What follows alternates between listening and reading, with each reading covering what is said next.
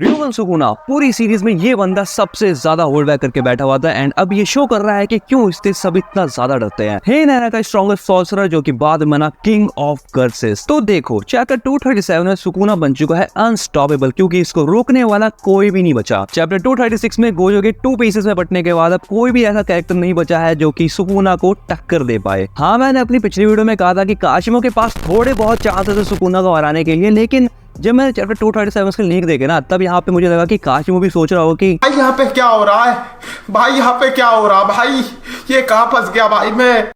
And Sukuna को अब बस यहाँ पे राइटर ही हरा सकता है। तो वैसे बात करते हैं चैप्टर 237 की लीक के ऊपर, लेकिन यहाँ पे हो सकता है कि इन लीक्स में छोटी मोटी गलतियां हो, तो यार जब एक्चुअल चैप्टर आएगा तब हम उसको देख लेंगे। बट अभी लीक्स को देखते हैं क्योंकि leaks most of the time सही ही होती है। चैप्टर 237 को लेके बड़ी भाई पूरे इंटरनेट बवाल हो रखा था कि यार चैप्टर 237 में ये होगा वो होगा, शोको आएगी, यूटा आएगा, इसकी बात।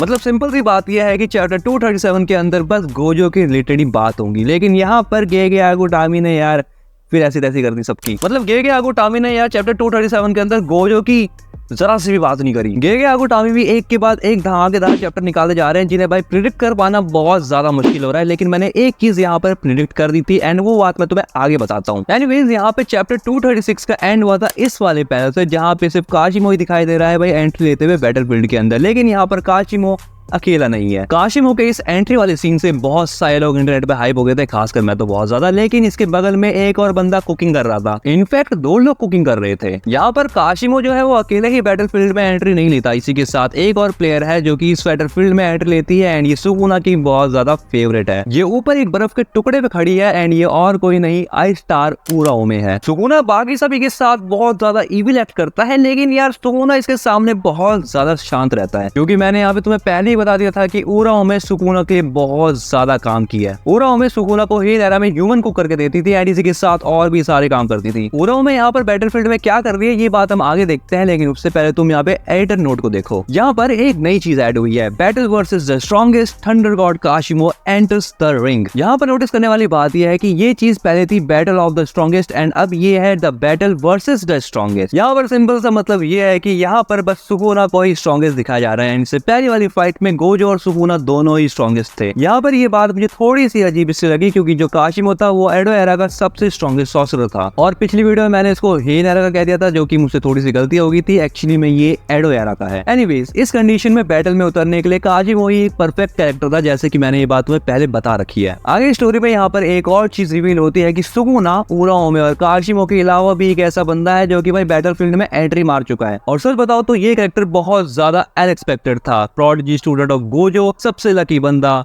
किंजी हकारी। वैसे हकारी है तो बहुत ज्यादा तगड़ा कैरेक्टर, लेकिन इसके बारे में मैं तुम्हें थोड़ी सी चीज बता देता हूँ। हकारी भी कलिंग गेम में ही इंट्रोड्यूस हुआ था एंड काशिमो के साथ ही इसका कैरेक्टर डेवलपमेंट इतना ज्यादा तगड़ा हुआ और तुमने पक्का इसका ये वाला डांस जरूर देखा होगा। और हकारी ये डांस मजे के लिए नहीं करता, आई मीन करता है, लेकिन यार यही डांस इसके कर्स टेक्निक से जुड़ा हुआ है और यही वो चीज है जो इसको इतना ज्यादा इंटरेस्टिंग बनाती है। एनीवेज हकारी का जो डोमेन एक्सपेंशन है वो पूरे जुजुत्सु वर्ल्ड में बहुत ज्यादा अलग है क्योंकि इसका डोमेन एक्सपेंशन बेस्ड है पाचिंको मशीन से। पाचिंको मशीन एक गैम्बलिंग मशीन होती है जापान में। अब देखो अगर मैं यहाँ पे तुम्हें हकारी के डोमेन एक्सपेंशन के बारे में बताने लग गया ना तो यार ये पूरी वीडियो उसी के ऊपर हो जाएगी। तो इसके डोमेन एक्सपेंशन के बारे में हम अलग ही डोमेन एक्सपेंशन वाली वीडियो के अंदर बातें कर लेंगे। ओके, अब मैंने यहाँ पे तुम्हें हकारी के बारे में थोड़ा बहुत आइडिया दे दिया है, तो अब वापस चलते हैं चैप्टर 237 के ऊपर। किंची हकारी भी बैटल में आ चुका है एंड इसकी लड़ाई होगी उराओमे से। यहाँ पर हकारी बताता है कि हकारी ने एक प्रॉमिस किया है, इसलिए वो उराओमे को जिंदा नहीं छोड़ सकता। और यहाँ पे तुम कंफ्यूज मत होना, यहाँ पर हकारी ने काशिमो से प्रॉमिस किया है कि देख अगर तू सुकुना से लड़ता है तू लड़ जाके, तेरे बीच में कोई भी नहीं आएगा। एनीवेज अब यहाँ पे हकारी अपना डोमेन एक्सपेंशन कर देता है जिसका नाम है आइडल डेथ गैम्बल। यहाँ पर उराओ में हकारी के डोमेन एक्सपेंशन को देखने के बाद काउंटर अटैक के लिए तैयार हो जाती है एंड वो आइस फॉर्मेशन करना चालू कर देती है। और यहाँ पर मैं तुम्हारी कंफ्यूजन एक बार फिर से दूर कर देता हूँ कि यहाँ पर उराओमे की इन्नेट टेक्निक है आइस मैनिपुलेशन करना। आगे हकारी अपने डोमेन के अंदर उराओमे को ले लेता है एंड जिस बोल्डर के ऊपर उराओमे खड़ी थी वो धीरे धीरे नीचे आने लगता है। दूसरी तरफ नीचे खड़ा काशिमो ये बात नोटिस करता करता है कि वो बर्फ का टुकड़ा सीधा सुकुना के पास आ रहा है एंड उसके अंदर एक कमाल की चीज छुपी हुई है। और जैसे ही वो बर्फ का टुकड़ा मेल्ट होता है उसके अंदर में से एक कर्स टूल निकलता है जो कि सीधा सुकुना के हाथ में जाता है। ये कर्स टूल ऐसा कर्स टूल नहीं है, ये सुकुना का ओरिजिनल कर्स टूल है जिसे योरोजू ने बाइंडिंग वॉर के एक्सचेंज में बनाया था। यही वो टूल है जिसे सुकुना हेन एरा में यूज किया करता था, जिसे तुम यहाँ पर इस फोटो में देख भी सकते हो। वेल, इस कर्स टूल का नाम है कामुटोके। इस कर्स टूल को योरोजू ने अपनी कंस्ट्रक्शन टेक्निक की मदद से बनाया एंड इस सेम टेक्निक को तुमने माइजन को भी यूज करते हुए देखा होगा। लेकिन कंस्ट्रक्शन टेक्निक को यूज करने में योरोजू मास्टर है। अगर तुमने मेरी ये वाली वीडियो देखी है तो मैंने यहाँ पर पहले ही प्रेडिक्ट कर दिया था कि हो सकता है कि योरोजू का स्पेशल गिफ्ट सुकुना को कोई कर्स टूल हो। एंड लीक में ये बात क्लियर हो चुकी है कि योरोजू का दिया हुआ स्पेशल गिफ्ट वो टूल ही है। यहाँ पे अगर तुम सुकुना के कर्स टूल कामुटोके को ध्यान से देखो तो ये सेम हिंदू माइथोलॉजी के गॉड इंद्रा के एक वज्र की तरह ही है। एंड तुम ये बात पहले से जानते हो कि जो एनीमे होते हैं वो बुद्धिज्म और हिंदुइज्म से बहुत ज्यादा इंस्पायर्ड होते हैं। एनीवेज, यहाँ पे कर्स टूल आता है, सुकुना एक बहुत तगड़ा अटैक करता है काशिमो के ऊपर जो कि एक लाइटिंग अटैक है। एंड वो कहता है कि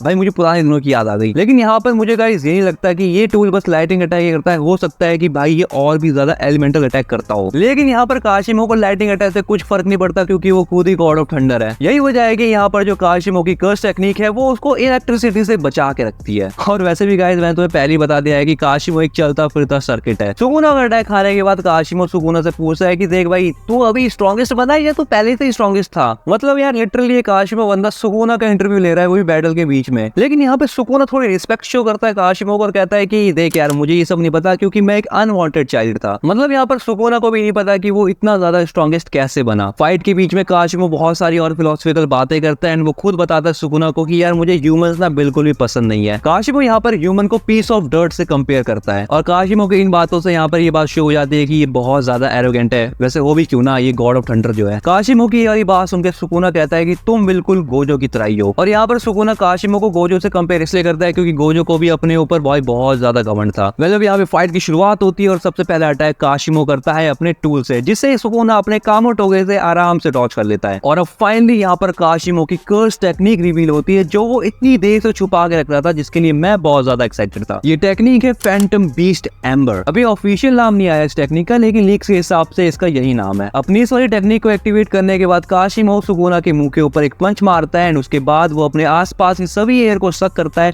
एंड ब्लास्ट करता है सुकुना के ऊपर। यहाँ पर नरेटर काशिमो की कर्स टेक्निक को एक्सप्लेन करते हुए बताता है कि भाई काशिमो की जो बॉडी वो किसी भी टाइप का ब्लास्ट अटैक कर सकती है जो काशिमो अपनी कर्स टेक्निक से बनाना चाहे वो। यहाँ पर काशिमो जिस भी चीज के ऊपर ब्लास्ट करेगा वो चीज इवेपोरेट हो जाएगी। यहाँ पर काशिमो सुकुना की फेस के ऊपर एक और हिट करता है और इसी के साथ हमें यहाँ पर ये बात पता चलती है कि भाई काशिमो की कर्स टेक्निक अगर खत्म हुई तो काशिमो की बॉडी भी ब्लास्ट हो जाएगी। यहाँ पर हमें ऑथर से एक और बात पता चलती है कि सुकुना अपनी ओरिजिनल बॉडी को रिवाइव कर सकता है। सुकुना इस मेथड को पसंद तो नहीं करता लेकिन सुकुना अब इस मेथड को यूज कर रहा है। इन सभी भसड़ के बाद फाइनली सुकुना का ट्रांसफॉर्मेशन स्टार्ट हो जाता है एंड ये चैप्टर खत्म होता है एडिटर नोट के साथ जिसमें लिखा होता है मैनिफेस्टेशन ऑफ ट्रू फॉर्म। अब देखो बटीज, इस चैप्टर में बहुत सारी अनएक्सपेक्टेड चीजें रिवील हुई हैं, जैसे कि हकारी और उरोमे की फाइट, सुकुना काशिमो की फाइट, काशिमो की कर्स टेक्निक रिवीलेशन एंड इसी के साथ सुकुना की रियल बॉडी ट्रांसफॉर्मेशन। लेकिन मेरे यहाँ पे तुमसे एक क्वेश्चन है, अगर सुकुना अपनी रियल बॉडी में ट्रांसफॉर्म हो चुका है या फिर होने वाला है तो मेगुमी इसका मतलब क्या जिंदा है या? मुझे कमेंट बताना। वेल गाइस, जैसे कि साथ में हमेशा कहता हूँ कि भाई मेरे पुराने सब्सक्राइबर बहुत ज्यादा कमाल के हैं, तो तुम क्यों अभी तक नए? अगर तुम इस वीडियो पे नए हो तो तुम भी सब्सक्राइब करो इस चैनल को। मैं सभी एनिमे के ऊपर तगड़े तगड़े कंटेंट लाता रहता हूँ जिसे समझने में तुम्हें बहुत ज्यादा आसानी हो। एंड इसी के साथ इस वीडियो को लाइक करना मत भूलना और अपने दोस्तों के साथ ये वीडियो जाके फटाफट से शेयर कर दो। वेल गाइस, अगर तुम डीमन स्लेयर की वीडियोस में इंटरेस्टेड हो और हिडन फैक्ट्स जानना चाहते हो तो इस वाली वीडियो के ऊपर क्लिक कर लो, या फिर जुजुत्सु काइसेन की वीडियो तो ये रही।